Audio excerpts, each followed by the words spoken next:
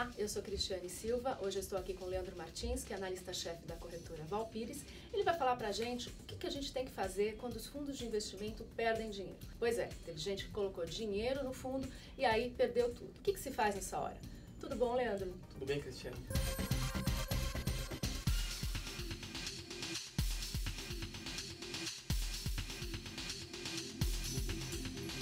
Como é que um fundo pode perder 200%? Ele perde 2 vezes o dinheiro que eu investi lá? Como é que é essa perda tão grande? Realmente acontece essas perdas, o investidor não sabe que tinha esse risco.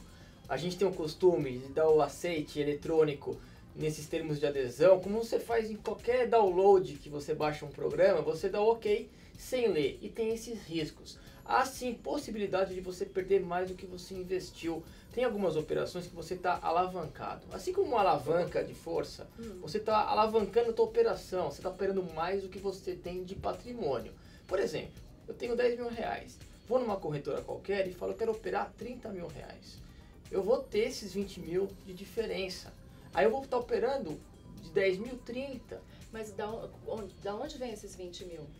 Como se fosse um empréstimo bancário, um cheque especial. Tem operações a termo que tem uma taxa desse dinheiro de 0,8% ao mês em média e você consegue operar mais do que você tem. Então vamos supor, você tem 10 mil reais, você está operando 40 mil.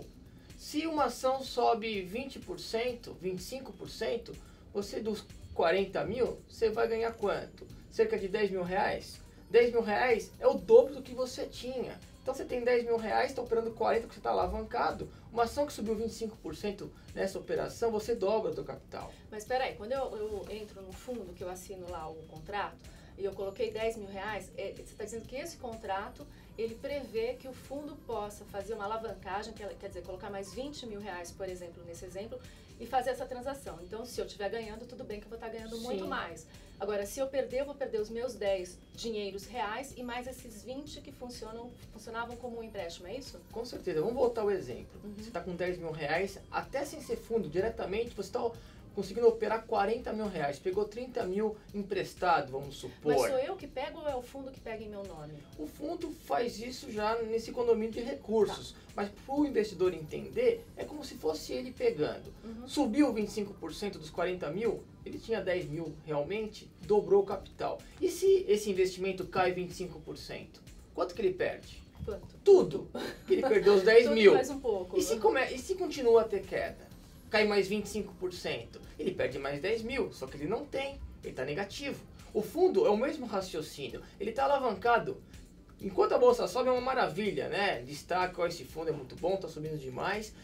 Vem uma queda, ele não sabe o que fazer, geralmente o gestor se complica um pouco e o investidor perde capital. Então, nesse caso, quando você tem uma rentabilidade negativa, por exemplo, de 200%, acontece justamente isso.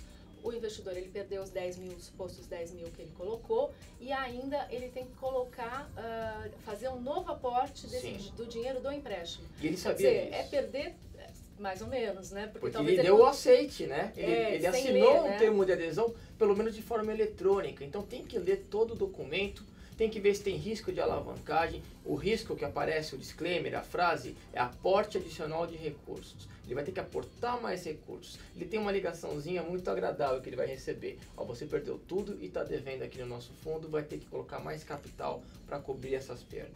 Gente, é o fim do mundo, praticamente, para quem perdeu dinheiro. É horrível, E o que ele pode fazer?